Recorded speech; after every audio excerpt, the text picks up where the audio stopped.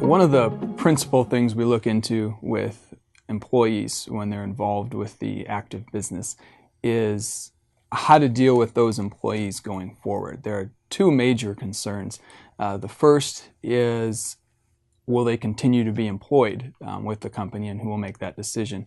And the other concern is how to deal with the benefits that those employees are to receive.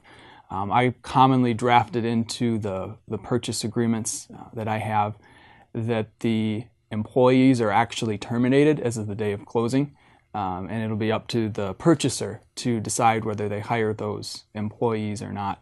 I a lot of times require that the seller make every effort to encourage the current employees to continue with the business. And how you address continuing the employee benefits is a lot of times you terminate those employee benefits as of the day of closing, and then the new purchaser creates the employee benefits with the new business.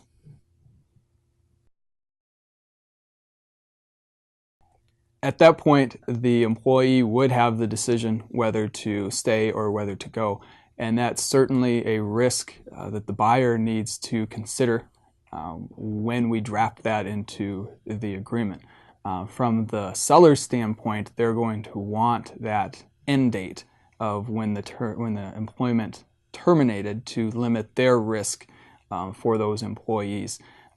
But from the buyer's standpoint, there is a risk that the employees could walk, and so that's why we encourage the seller to work with the buyer to help those employees stay on with the company. So a lot of times with a business that's been founded by a particular individual and started from scratch by him or her, the purchasers have a lot of learning to do to get involved with that new business.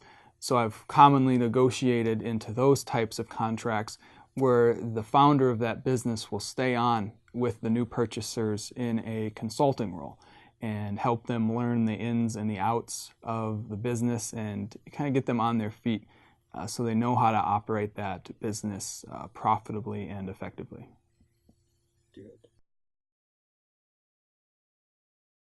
The time frame for that consulting role varies a great deal. It depends a lot on the type of business and how long it will take to get the people up to speed on managing that new business. The shortest I think I've negotiated has been a month, but it's been all the way up to 6 months before.